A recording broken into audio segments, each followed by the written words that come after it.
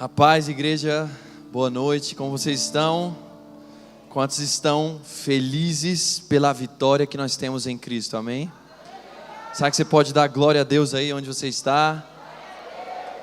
Quero dizer que eu estou muito feliz de estar nessa noite com vocês, porque eu sei que o Senhor quer falar ao coração da igreja. Quantos podem dizer amém? Amém. Eu sou lá o filho. Eu acho que vocês devem conhecer meu pai, bem alto, tem 2 metros de altura. E, bem, você me vê. Hoje eu tirei a barba, né? Eu estava com uma barba. Não sei nem se pode chamar de barba mesmo, né, pastor? Porque é mais aqui na frente assim, mas não cresce tanto dos lados. Mas você me vê assim, principalmente hoje, você me vê bem novinho, mas eu já tenho 3 filhos. Sou casado há 5 anos, né, com a Sara. E nós tivemos 3 filhos bem rápido, bem emendado. Então ela não pôde vir justamente por isso, está lá com os meninos.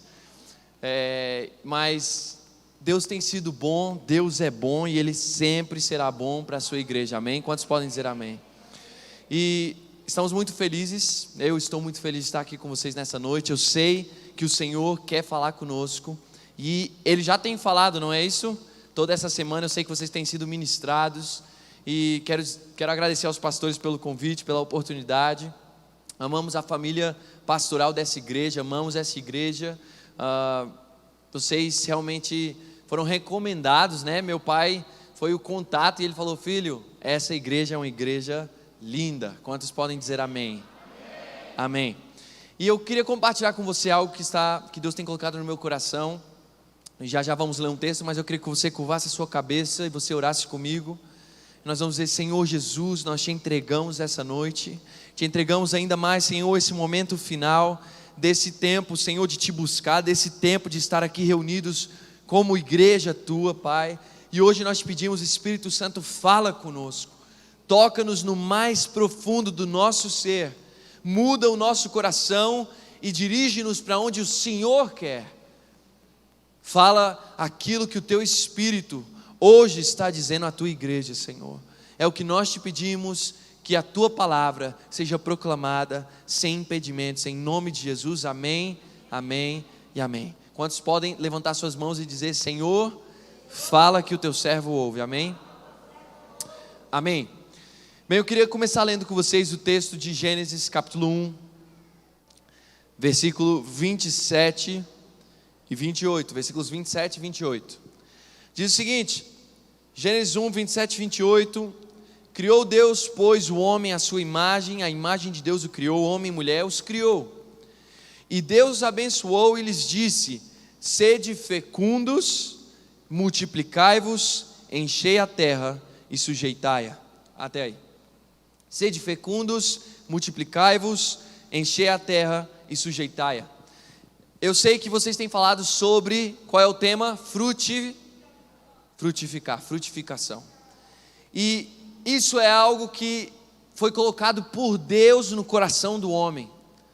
Crescer, multiplicar, fazer com que as coisas possam ser mais do que elas são nesse momento, melhorá-las, aprimorar, fazer algo mais excelente, ir adiante, se tornar ainda melhor. Deus colocou no coração do homem esse mandato, esse sonho. Ele nos disse: vocês precisam frutificar, multiplicar, dominar e sujeitar aquilo que vier de todo esse fruto que vocês vão dar.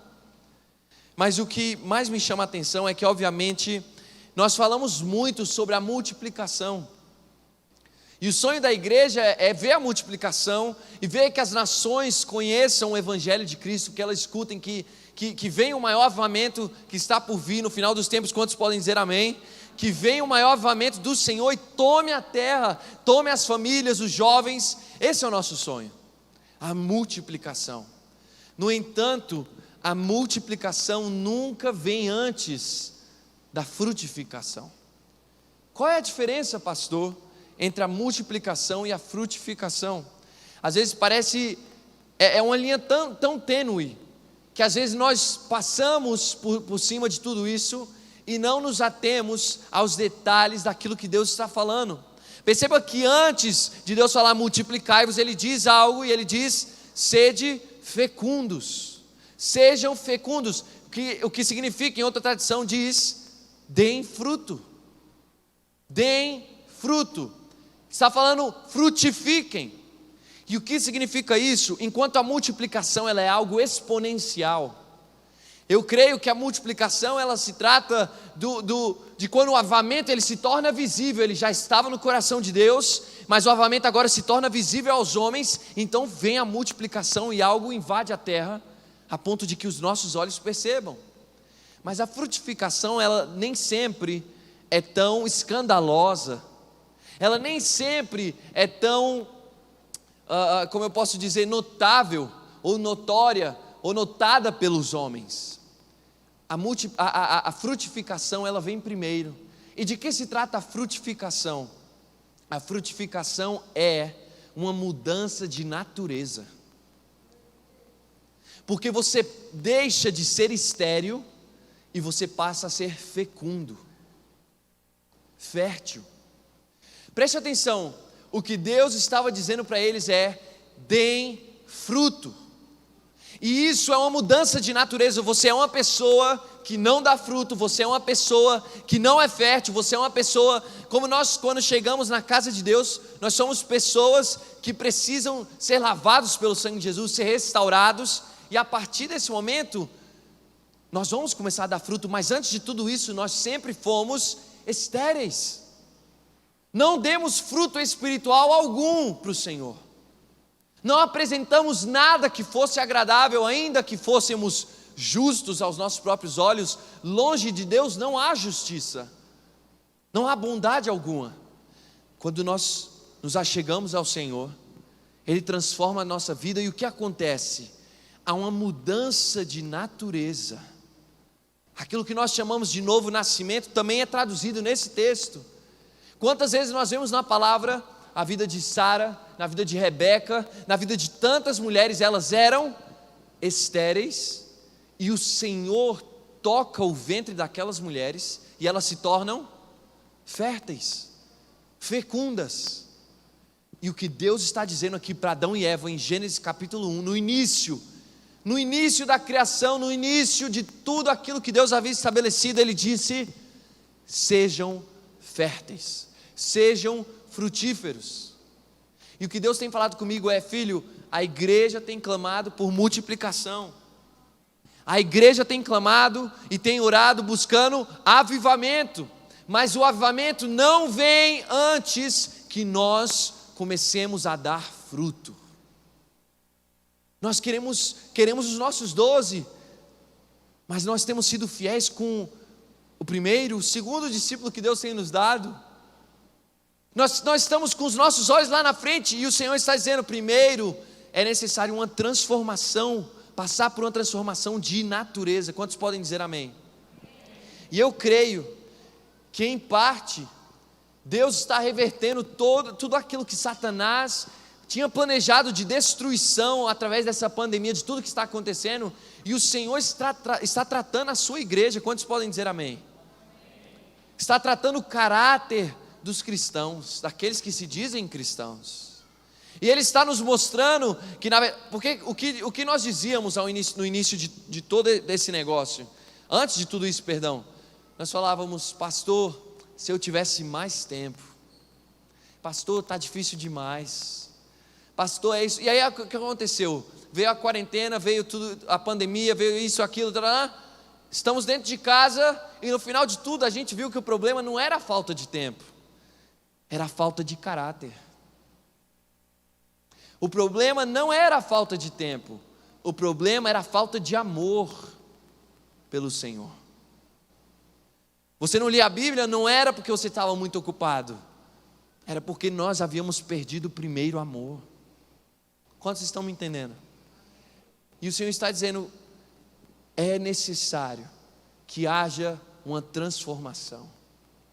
Quando nós deixamos de ser estéreis e passamos a dar fruto, isso não é passar somente por uma decisão, é uma transformação interna e espiritual que o Espírito Santo produz dentro de nós. É o novo nascimento, quando nós deixamos de ser incapazes de dar fruto. Somos incapazes de pregar, incapazes de discipular, incapazes de consolidar, e nós passamos a ser capazes de dar fruto. Como nós confiaremos nas mãos de uma pessoa que não consegue dar fruto? Nações. Como daremos a eles a multiplicação?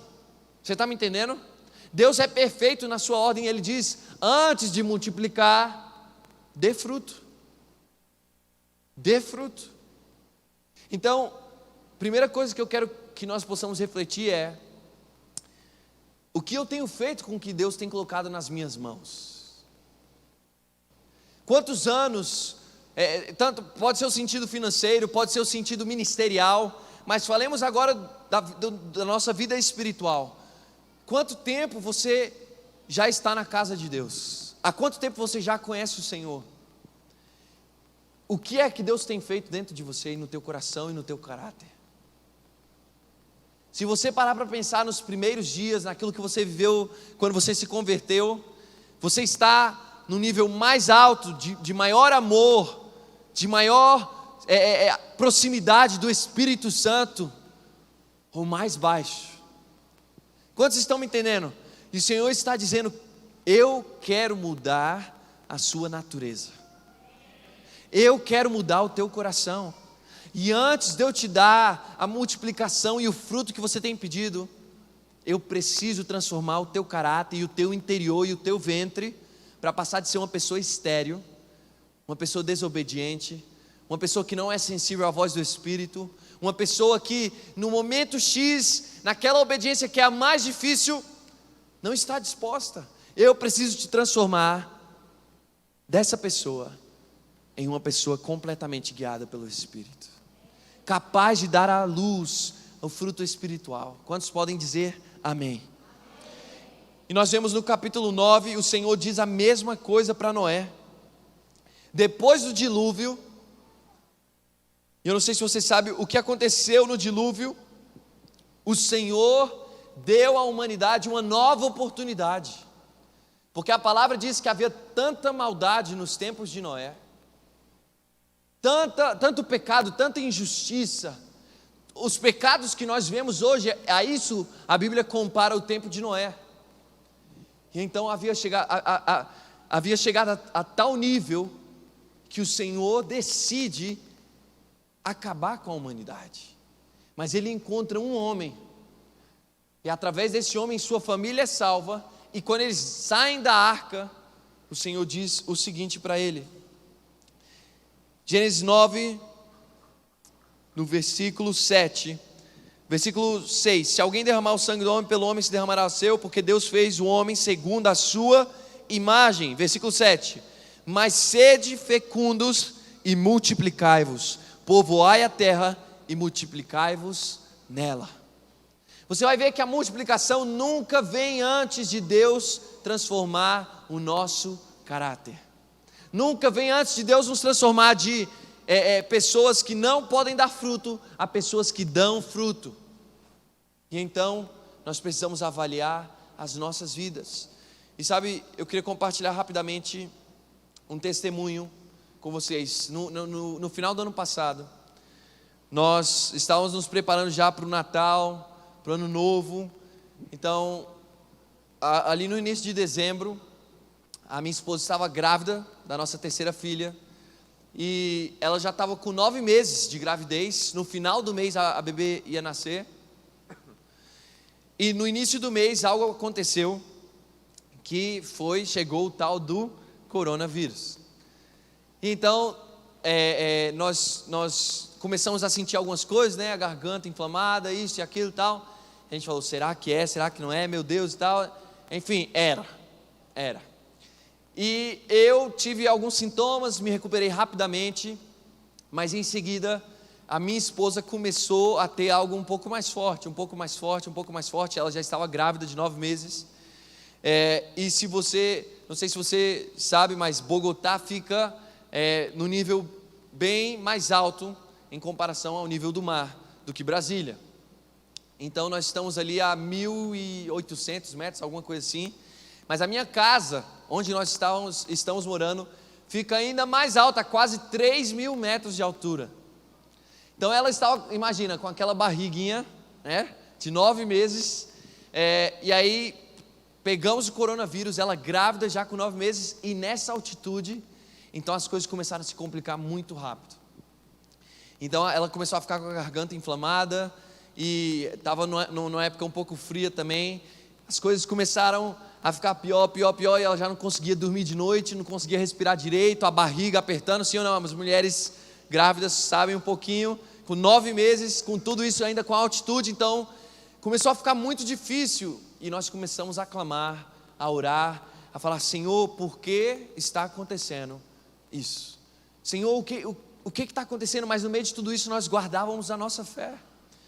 E sabe, quando chegou o momento, eu estou resumindo muito a história, mas chegou eu me lembro de um dia em que nós estávamos em casa os dois, e nesse dia ela estava tendo muita dificuldade de respirar já, e a tal ponto que eu falei: amor, se continuar assim nós vamos ter que ir para o hospital. Mas vinha aquele medo, certo? Que é tudo que o inimigo tem tratado de fazer nesse tempo, é o quê? Trazer o medo, encher as pessoas de medo, fazer com que nós possamos perder todo o senso daquilo que o Espírito está fazendo, daquilo que Deus está fazendo através da igreja, e você perde o seu propósito, você perde a sua alegria, você perde a sua família, você perde tudo. Não é nem porque alguém morreu, é pelo medo e o desgosto de não poder viver mais. Uma coisa é a prudência, outra coisa é viver com medo, sim? E o medo não vem do Senhor. E sabe, veio aquele medo, porque obviamente, caramba, se a gente for para o hospital, o que vai acontecer? Primeira coisa, vão te internar, eu não vou ter contato com você. Meu Deus, o que vai acontecer com a bebê? O que vai acontecer contigo? Vocês vão estar lá sozinhos, e a bebê a ponto de nascer, eu não sabia o que fazer, e aquele medo, aquele temor. Mas eu digo, naquele momento, o pastor César, o pai da Sara, estava numa intercessão com os homens, e ele orou. Nós não sabíamos, mas naquele momento ele falou: vamos orar todos juntos pela Sara.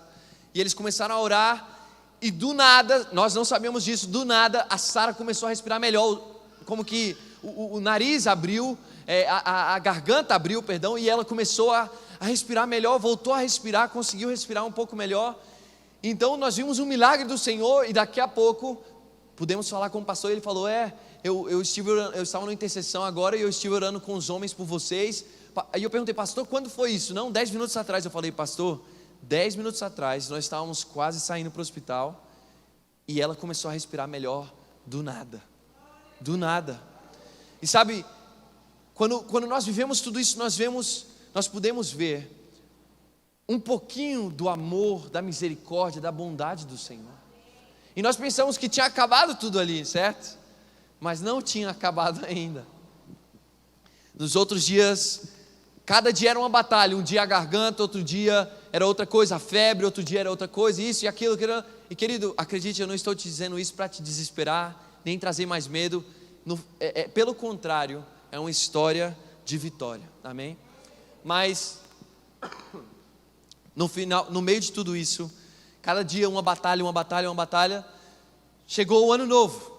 E quando nós pensamos que tinha passado já o coronavírus, já haviam passado os 14 dias naquele dia, chegou o ano novo. Nós fomos para o hospital porque ela começou a ter dor de cabeça, então fui medir a pressão e ela começou a ter pressão alta. Quem sabe quando a mulher está grávida e tem pressão alta, é muito perigoso. Ela estava tendo pré-eclâmpsia. E naquele momento, nós fomos para o hospital, mediram a pressão, não, está tudo bem. Então a gente falou: já vamos voltar para casa, está tudo certo, glória a Deus. E aí quando a gente, não, então vamos tomar a sua pressão de novo, só antes de vocês saírem, vamos fazer uma ecografia. Beleza, vamos fazer a ecografia, e falaram: não, diminuiu o líquido amniótico na bolsa, pela metade, de uma semana para outra. Pode ser que tenha alguma coisa acontecendo, vamos observar. Mediu a pressão de novo, a pressão agora estava 170, 180. Eles falaram: está altíssimo, você está vendo bem, você está conseguindo? Ela falou: estou vendo bem, não, eu vou ter que falar com o médico. Falou com o médico. Naquele momento, ela foi automaticamente internada no hospital. Mas já havíamos tido a vitória de que pelo menos haviam passado os 14 dias do coronavírus. Agora a batalha era outra. E no meio disso tudo a gente falava: Senhor, por que estamos passando por isso. Mas isso era o que vinha na nossa mente, era o que nós queríamos dizer, mas obviamente a gente tenta ser forte nesse momento e a gente orava: Senhor, eu confio em Ti, eu sei que o Senhor está aqui. Às vezes não tem nem aquele tempo todo de orar, a gente só fica lembrando dos textos e declarando e tentando encher o coração de fé, certo? Declarando o poder que há no sangue de Jesus. Quantos podem dizer amém? E nós estivemos aquela noite, eles deram um medicamento, a Sara teve uma dor de cabeça fortíssima, ela não conseguiu dormir nada à noite, e eu estava tão cansado acompanhando ela, e eu caía no sono, e às vezes acordava, caía no sono, acordava, tentando ajudar e orando, e o Senhor foi tão bom. Mas olha só o que aconteceu, o pré-parto, esse momento antes do parto foi terrível, caótico, desesperador, muita dor, muito sofrimento. Mas no final de tudo eles falaram: sabe o que? Sua pressão baixou, nós vamos tentar fazer o parto natural, que era realmente o que nós queríamos. Os 2 primeiros filhos também tinham nascido com parto natural. E então ele falou: nós vamos tentar te induzir e vamos ver se vai dar certo. E então começaram a induzir ela no meio daquilo tudo. E eu quero te dizer, querido, o pré-parto foi caótico. Eu já vou falar sobre o que aconteceu logo após o parto, mas o parto em si foi sobrenatural. Sobrenatural. No meio daquela angústia, daquela luta, eu me lembrei de uma coisa. Nas primeiras consultas que nós tínhamos feito, você vê a minha altura, se você conhece o meu pai, aí você vai entender ainda mais o que eu vou falar. Meus 2 primeiros filhos sempre foram maiores do que a curva, certo? Então, eles falavam: não, tá muito bem, ele tem quantas semanas? Meu Deus, tá muito grande o bebê, tá bom, beleza. Na nossa terceira filha, no início da gestação, fomos fazer a consulta e falaram: tá tudo perfeito, graças a Deus, digo eu, né? Mas os médicos às vezes não falam assim. Mas aí falou: tá tudo perfeito, mas a bebê é um pouquinho menor do que os outros 2, né? E a gente: sério? Sério, mas está com perfeita saúde, tudo, amém, glória a Deus. Naquele momento em que nós chegamos no parto, o doutor falou assim: ok, prepara aí, vamos empurrar e tal, tá tudo pronto, todo mundo pronto, beleza? Aí ele falou: enquanto eu estou terminando de me arrumar aqui, pode empurrar. Ela falou: não, doutor, eu sinto que está saindo, vou te esperar. Queridos, na hora que o doutor se posicionou, ela empurrou uma vez e a bebê saiu. No meio daquele quadro todo de tanta dor, ela não tinha conseguido descansar, ela não tinha conseguido ter nada, ela mal tinha forças para conseguir empurrar. A bebê nasceu no primeiro empurrão. E eu lembrei, e o Senhor falou comigo: filho, eu planejei desde o início. Ele me fez lembrar, e eu me perguntava: por que ela está menor? Por que ela é menor? E ela passou tão rápido e tão fácil. E o Senhor falava comigo: às vezes você não entende, mas eu estou cuidando de vocês e formando o caráter de vocês e tornando vocês aprovados cada vez mais e mais. E eu queria ler, naquele momento eu pensei: glória a Deus, vitória, e nós felizes e tudo mais. Em seguida ela começa a ter um sangramento e começa a ter uma hemorragia. Logo depois de ter um nascimento, a bebê estava perfeita, eu estou aqui com a bebê, e a Sara começa a ter um sangramento, uma hemorragia, e começa a sair sangue, e os médicos estão tentando encontrar de onde. Você está me acompanhando aí na saga? Então, etapa depois de etapa, e a gente: meu Deus, e agora? E eu clamando, e os doutores chegou até o ponto que eles falaram: vamos precisar que você saia do quarto, e gritaram lá no hospital: alerta vermelho. E vieram uns 8 médicos para o quarto, e eles falaram: ok, o que a gente faz? Vamos tentar solucionar aqui o problema dela. E nisso, eu lá no outro quarto, orando e clamando o sangue, clamando pelo sangue de Jesus. E eu me lembrava: e eles o venceram pela palavra do testemunho deles e pelo sangue do Cordeiro. E eu começava a declarar, e o inimigo veio falar comigo, tentar tirar a fé, tentar falar: a gente estava de férias, né? Depois de todo aquele tempo se recuperando do coronavírus. Ele falou: não, você não orou o suficiente, você não fez isso o suficiente, não leu a Bíblia esses dias o suficiente, nem adianta orar agora, meu amigo. E eu falei, que o Espírito Santo veio tão forte dentro de mim. Ele falou: filho, você tem acesso ao Santo dos Santos por causa do sangue de Jesus. Naquele momento eu orei e eu falei: Senhor, guarda a vida da minha esposa, ressuscita ela, Toma a vida dela nas tuas mãos. E eu te digo, os médicos fizeram o que eles tinham que fazer lá, eles colocaram um balão e tudo, mas o que aconteceu naquele momento é que o Senhor me levou para um capítulo que eu queria ler com você. Ele me levou para Apocalipse capítulo 12. Eu queria que você lesse comigo esse capítulo, porque ele me disse o que Satanás tem tentado fazer, porque nós estávamos vivendo tudo aquilo, e o que Satanás tem tentado fazer com a igreja e com os filhos de Deus nesse tempo. Apocalipse capítulo 12 diz o seguinte: você estava se perguntando qual era a conexão do que eu estava falando no início com esse testemunho, você vai entender agora. Apocalipse 12, versículo 1 diz: apareceu no céu um sinal extraordinário, uma mulher vestida do sol, com a lua debaixo dos seus pés, e uma coroa de 12 estrelas sobre a cabeça. Ela estava grávida e gritava de dor, pois estava para dar à luz. Então apareceu no céu outro sinal, um enorme dragão vermelho, com 7 cabeças e 10 chifres, tendo sobre as cabeças 7 coroas. Sua cauda arrastou consigo 1/3 das estrelas do céu, lançando-as na terra. E o dragão se pôs diante da mulher que estava para dar à luz, para devorar o seu filho no momento em que nascesse. E o Senhor começou a falar comigo: filho, Satanás quer destruir o fruto da igreja.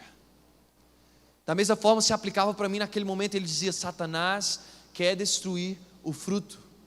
Satanás quer destruir as promessas de Deus que vão se cumprir nesse tempo, que é chegado o tempo de se cumprir. E Satanás vem, e ele vem buscando quem? Somente aqueles que estão grávidos, se nós podemos dizer dessa forma, dos sonhos e das promessas que Deus tem dado à sua igreja. Estão entendendo? Sim ou não? E olha só o que acontece: o dragão se pôs diante da mulher, estamos no versículo 4. O dragão se pôs diante da mulher que estava para dar à luz, para devorar o seu filho no momento em que nascesse. Mas ela deu à luz um filho, um homem que governará todas as nações com cetro de ferro. Seu filho foi arrebatado para junto de Deus e de seu trono. E o Senhor me disse nesse momento e falou: filho, mas eu não permiti que Satanás tocasse um dedo na sua filha.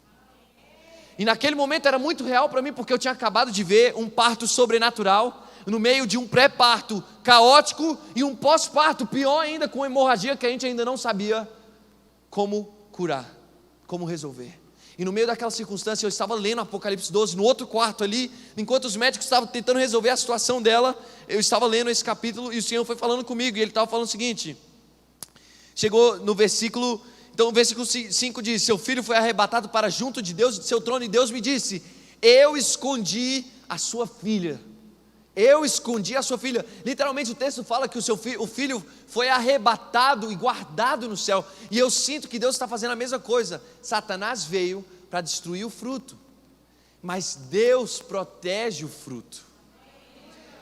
No entanto, quando Deus protege o fruto, Satanás tenta destruir a própria mãe, aquele que gerou o fruto, a própria igreja. Quantos estão me entendendo? E sabe quantas vezes Satanás, se ele não consegue destruir a promessa e aquilo que Deus está trazendo, o fruto que nós estamos gerando, ele vai tentar destruir a nossa própria vida. Então, lê comigo o que acontece em seguida. Versículo 6: a mulher fugiu então para o deserto, para um lugar que lhe havia sido preparado por Deus, para que ali a sustentassem durante 1260 dias. Houve então uma guerra nos céus. Miguel e seus anjos lutaram contra o dragão e os seus anjos revidaram. Mas estes não foram suficientemente fortes, e assim perderam seu lugar nos céus. O grande dragão foi lançado fora, ele é a antiga serpente chamada Diabo. Então ouvi, versículo 10, uma forte voz dos céus que dizia, aguenta um segundo aqui até aqui. Versículo 6, o Senhor falou comigo. Versículo 6 fala que havia um lugar preparado no deserto, que Deus havia preparado para protegê-la. E o Senhor falou comigo: filho, vocês pensam que vocês estão num deserto agora, mas eu estou protegendo a tua esposa. Eu preparei até no deserto um lugar de proteção. Quantas vezes nós sentimos que nós estamos num lugar de deserto, sim ou não? No meio dessa pandemia, o que mais parece é que nós estamos no meio de um deserto. Mas o Senhor, Ele é tão poderoso que Ele nos protege até no deserto. O deserto, que é o lugar de sequidão, que é o lugar de morte, é o lugar onde nada abunda, o Senhor preparou um lugar de descanso para nós. E Ele falou: filho, nesse hospital, no meio disso tudo isso, você acha que vocês tinham sido abandonados por mim, mas eu preparei um lugar de descanso no deserto para vocês. Em seguida, fala que nos céus houve uma batalha. Ele disse: filho, não só isso, e eu não só vou usar os médicos e o hospital, que era o deserto onde nós estávamos. Ele disse: os céus estão pelejando por vocês. Deus me disse: eu já enviei os meus anjos para lutar essa batalha. Querido, quero confessar algo para vocês. Eu não sou dessa pessoa que fica falando assim, e os anjos vão lutar por vocês, mas foi o que Deus me disse nesse momento e era real. E eu sinto que Deus tem feito a mesma coisa com a sua igreja. Ele está lutando por nós e nós precisamos permanecer e prevalecer na batalha. E em seguida diz o seguinte, versículo 10: então ouvi uma forte voz dos céus que disse: agora veio a salvação, o poder e o reino do nosso Deus e a autoridade do seu Cristo, pois foi lançada fora o acusador dos nossos irmãos, que os acusa diante do nosso Deus dia e noite. E então nós chegamos no verso 11, que todos nós conhecemos. Diz o seguinte: e eles o venceram pelo sangue do Cordeiro e pela palavra do testemunho que deram, diante da morte não amaram a própria vida.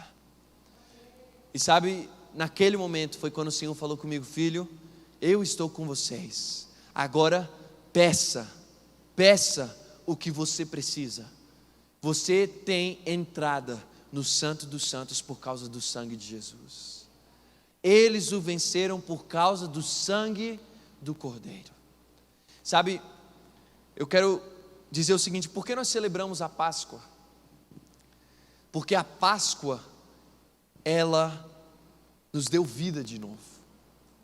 De que forma?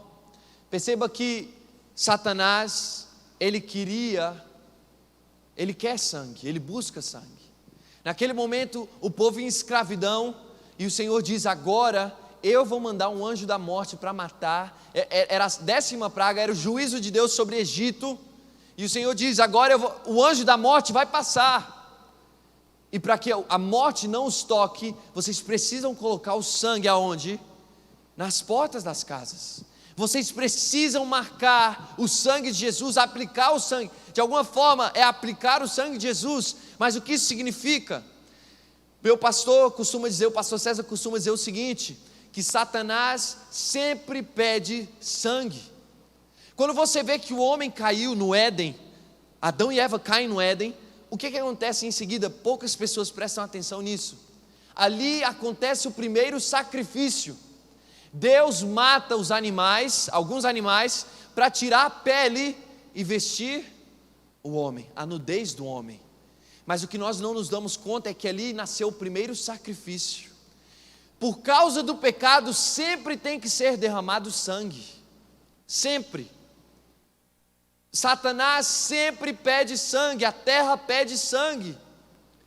Então, hoje em dia, porque nós vemos e nós falamos: nossa, mas agora já não tem todas aquelas guerras, tudo aquilo que... E por que você acha, é só um parêntese que eu faço, mas por que há essa luta tão forte pela indústria do aborto? Porque Satanás continua pedindo sangue. Na época bíblica, naquilo que nós lemos dos profetas menores, as nações ofereciam sacrifícios de filhos, de pessoas vivas, e eles matavam, ofereciam sangue de animais. O próprio povo de Deus tinha que oferecer um cordeiro pelos seus pecados. Mas então vem Cristo. E Jesus oferece uma vez e para sempre o sacrifício suficiente para nos dar a vitória e nos fazer frutíferos. Estão entendendo?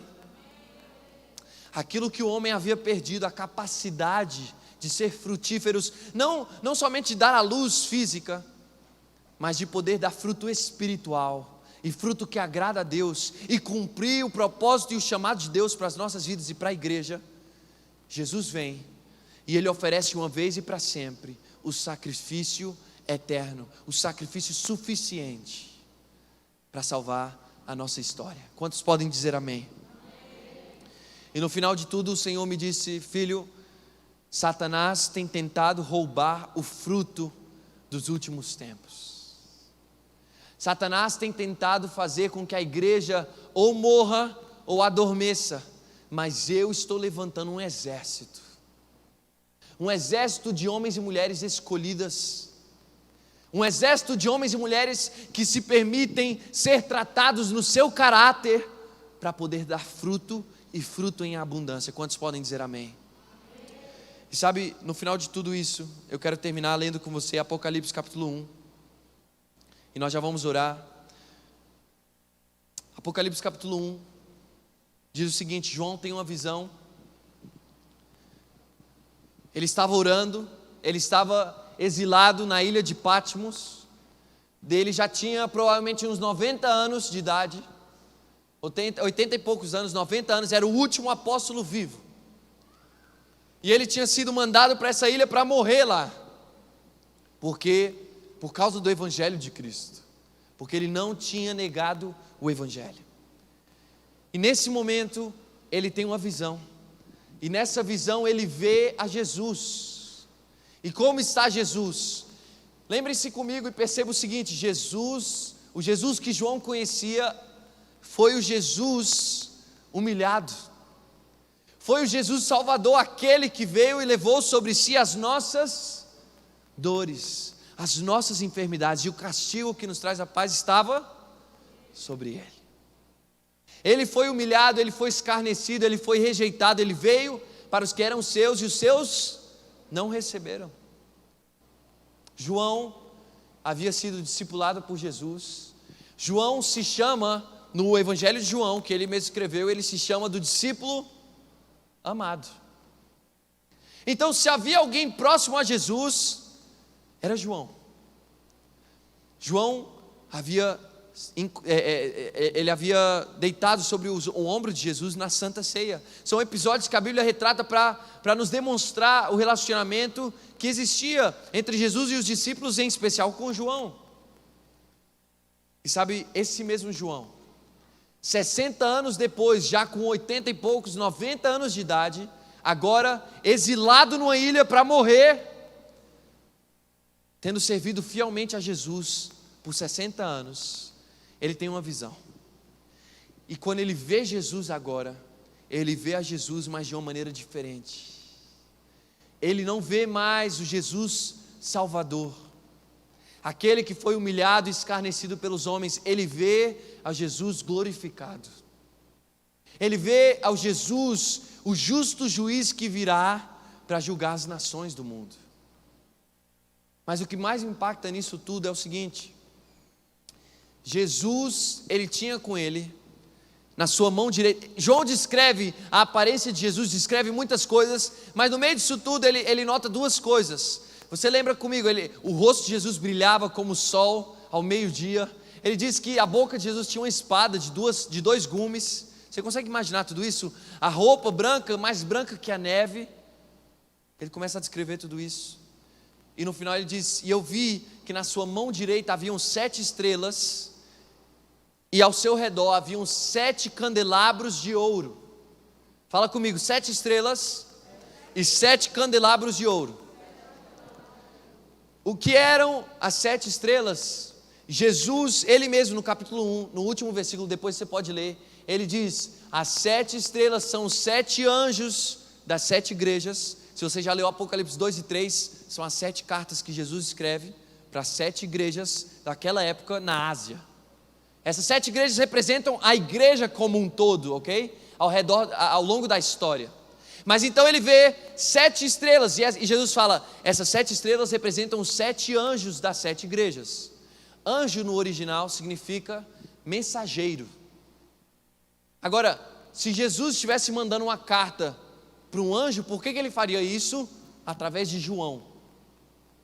Já viu alguém dar ordem para o anjo? Ele faria diretamente. Aquilo que nós cremos é que as cartas que Jesus estava mandando, ele estava mandando para os pastores, os mensageiros, os bispos das 7 igrejas daquele dia.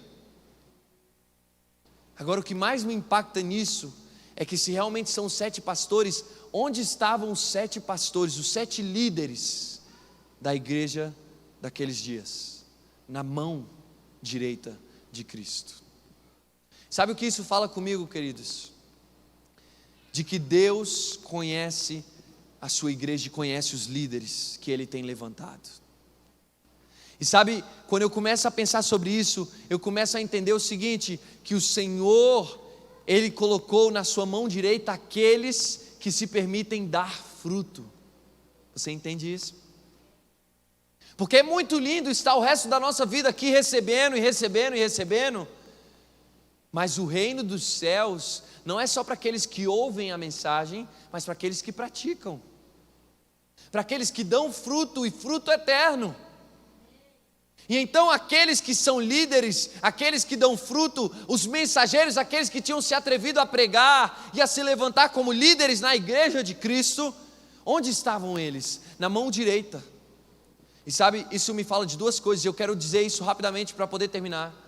Mas me fala de duas coisas. A primeira, de como eles estão tão próximos que Deus pode levantar ou derrubar. Sim? E tem muita gente que fala da igreja nos dias atuais, falando, a igreja é isso. Tem gente que sai da igreja ferida por causa do pastor, por causa do líder. E eu penso duas coisas. Primeiro, essa pessoa não sabe o que é a igreja. E em segundo lugar, ela não sabe quem é Cristo. Porque quando você entende que os pastores estão na mão de Cristo, querido, você não é o responsável por julgar o teu pastor. Jesus derruba e levanta quando Ele quer. Ele tem nas suas mãos, na sua mão, está os pastores. E então Ele diz, eu vi essas 7 estrelas, e para mim significa a primeira coisa, Ele levanta e Ele derruba aquele que Ele quer. Aquele que se afasta dos seus caminhos e corrompe o seu coração, não importa se ele enganar o mundo todo, ele nunca enganará Jesus. Isso me dá tranquilidade. Eu posso ser fiel na casa do Senhor, porque eu sei que mais do que qualquer outra pessoa, eu estou servindo a Deus, e Ele cuida da sua igreja. Quantos podem dizer amém? Mas em segundo lugar, eu vejo como Deus honra os líderes, porque Cristo está à direita do Pai. Cristo é a mão direita do Pai, e nós somos a mão direita de Cristo. Você está entendendo isso? Aqueles que se lançam e se atrevem a dar fruto no reino dos céus, no reino de Deus, Ele os colocou sobre a sua mão direita. Ele os tem aqui, Ele os conhece, estão próximos do seu coração. Mas eles também, a eles foi dada autoridade. Quantos estão entendendo? Você está entendendo isso? Mas por último, os 7 candelabros de ouro. E o que significavam os 7 candelabros de ouro? As 7 igrejas. As 7 igrejas. Mas o que mais me impacta nisso tudo é o candelabro. Para que servia?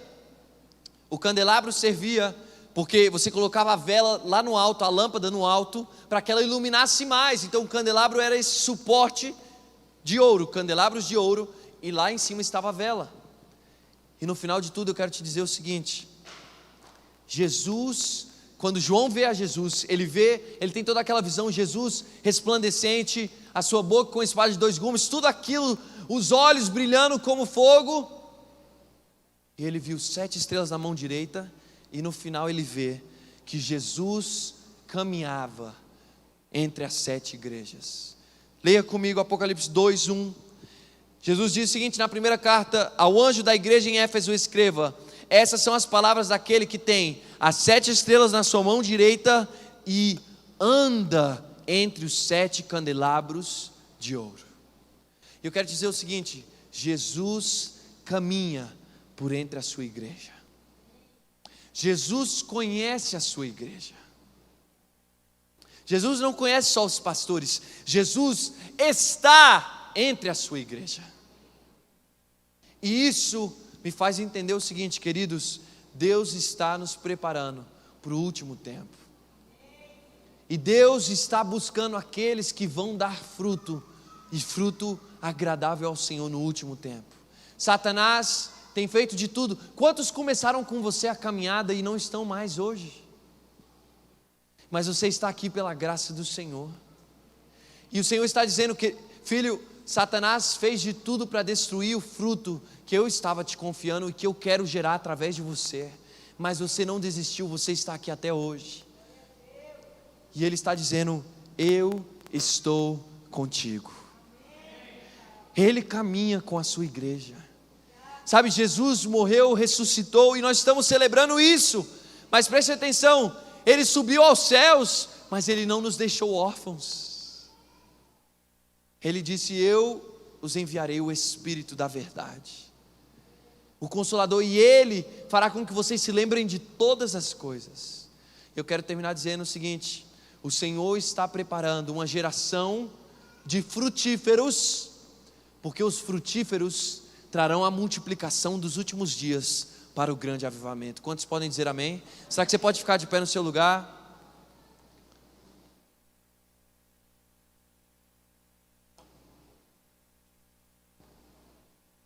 E sabe, eu quero fazer um convite muito simples nessa noite. O meu convite é para que nós possamos apresentar as nossas vidas como oferta agradável diante do Senhor, como uma oferta agradável, um sacrifício santo, vivo e agradável ao Senhor. Algo que o Senhor tem buscado de nós. É óbvio que Ele deseja ver o fruto, mas antes que venha o fruto, o nosso caráter precisa ser transformado, a nossa vida precisa ser tratada. E querendo ou não, querido, eu quero te dizer, as tribulações, as adversidades, muitas vezes essas coisas vêm e elas parecem tirar a nossa paz, e elas parecem ter vindo para trazer dor, para trazer desesperança, para fazer com que a gente perca as forças, assim como foi essa prova que nós vivemos. Mas no final de tudo eu te digo, eu creio que eu nunca amei tanto a Jesus quanto eu amo hoje, que eu nunca valorizei tanto a vida com Cristo como eu valorizo hoje, que eu nunca tinha entendido tanto o poder do sangue como eu entendo hoje. E então o apóstolo Paulo vai nos dizer o que são essas leves tribulações,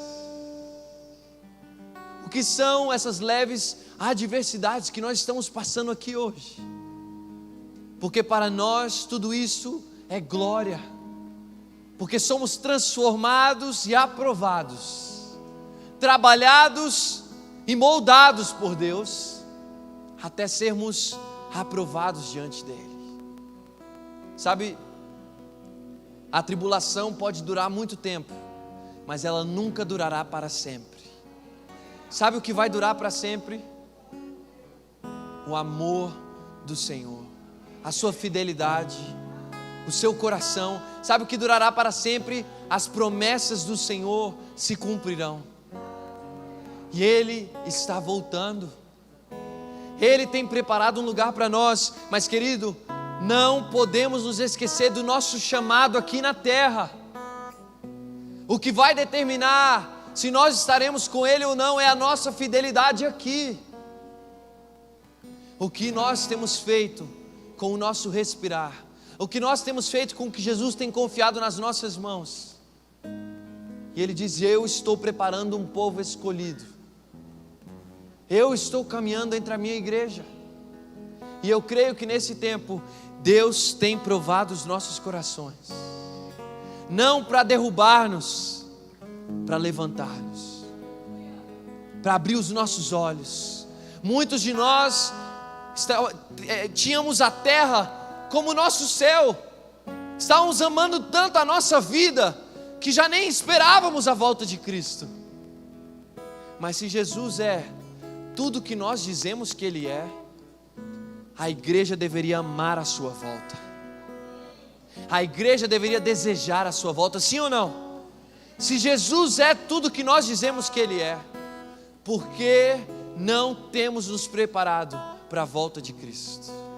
Ele está buscando uma igreja, mas uma igreja cheia de fruto, uma igreja que vai pregar o Evangelho pelas nações, e que vai ver a maior colheita de todos os tempos, mas não antes de ser preparada, moldada, transformada e de passar de ser estéreis a frutíferas. Quantos podem dizer amém? Abaixa a sua cabeça, coloca a mão no teu coração e faz uma oração comigo nessa noite. Fala: Senhor Jesus, hoje eu quero me apresentar a Ti como sacrifício vivo, santo e agradável. A partir de hoje, eu quero pagar o preço que eu não pagava, aquilo que o Senhor havia me pedido e que eu não tinha escutado. O meu coração havia se endurecido, mas hoje eu estou voltando. Eu me arrependo e eu quero voltar ao primeiro amor. Eu quero que com todo o teu coração, querido, você possa dizer: Senhor Jesus, perdoa os meus pecados, perdoa a minha falta de sensibilidade. A tua voz, o Senhor falou, e eu endureci o meu coração. Eu pensei que era tão bobo, era algo tão pequeno, mas hoje eu entendo que o Senhor está transformando o meu caráter, me fazendo alguém frutífero, me transformando de alguém estéril em fecundo. E hoje eu quero te pedir: lava-me com teu sangue, lava os meus pecados, e eu serei limpo. Hoje, Senhor, nós reconhecemos o teu sacrifício naquela cruz, e nós aplicamos o sangue precioso de Jesus sobre as nossas vidas. E sabe, você vai repetir mais uma coisa mais comigo. Você vai dizer: pelo sangue de Jesus, eu declaro que eu sou redimido do poder do inimigo. Pelo sangue de Jesus, todos os meus pecados foram perdoados, e porquanto eu ando na luz e em comunhão com os meus irmãos, o sangue me purifica agora e continuamente de todo o pecado. Pelo poder do sangue de Jesus, eu sou justificado, e Deus me vê como se eu nunca tivesse pecado. E pelo poder do sangue de Jesus, eu sou santificado, separado para Deus, para viver para Ele e servi-lo sempre. Pai, prepara a tua igreja, desperta a tua igreja de novo. Senhor, eu sei que a tua igreja estava dormindo,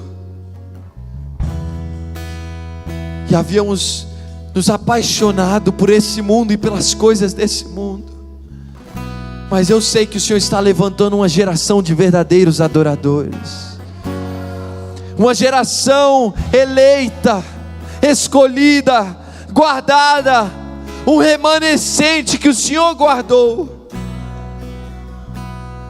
de homens e mulheres de Deus, que darão fruto,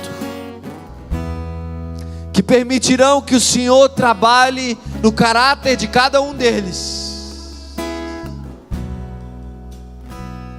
E hoje nós queremos receber a obediência. A obediência. Jesus, a tua oração, que hoje se faça real nas nossas vidas. Que não se faça a minha vontade, mas a tua vontade.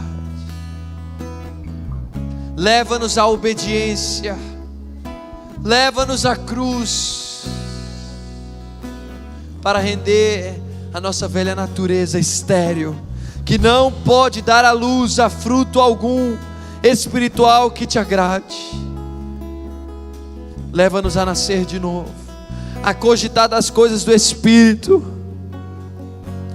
Dá-nos fome e sede da tua presença de novo.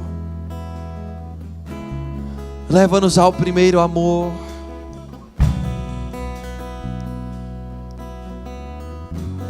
Sabe, querido, eu quero te dizer uma última coisa antes de nós terminarmos.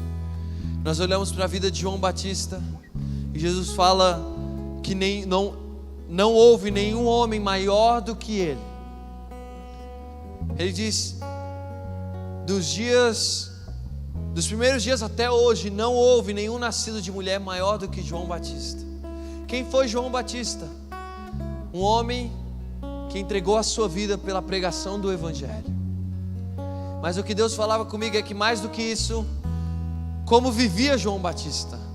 João Batista, ele não comia o alimento que todos comiam, ele não se vestia como todos vestiam, e ele não morava onde todos moravam. Ele vivia no deserto, enquanto os outros viviam nas cidades. Ele comia mel e gafanhotos. Ele se vestia com pele e um cinto de couro.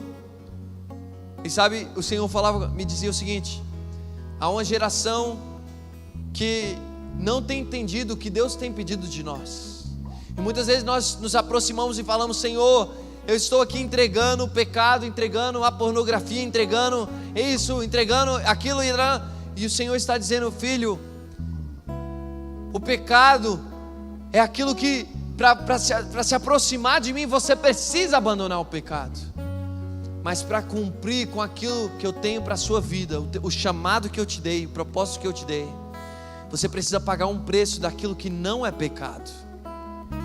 João Batista abandonou aquilo que não era pecado para ter um nível maior de poder e unção. E sabe, muitos de nós, o Senhor tem nos pedido coisas que não são pecado, mas que tem esfriado o nosso amor. Aquilo que nós nos apaixonamos, as coisas desse mundo, que em si, às vezes não são pecado, mas Deus tem te pedido: ei, sai da televisão, para de fazer isso, deixa essa amizade, lê mais a Bíblia, ora mais, vai mais para o lugar secreto. E nós falamos: Senhor, mas o meu pastor vê televisão. E nós sempre estamos nos comparando e falando e tal.